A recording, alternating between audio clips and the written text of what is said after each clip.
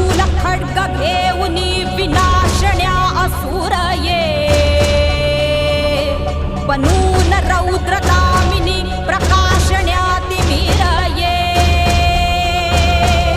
प्रतीक नारी शक्तीचे वैष्णवी महेश्वरी तुझाच अंश राहू दे सदैव माझ्या अंतरी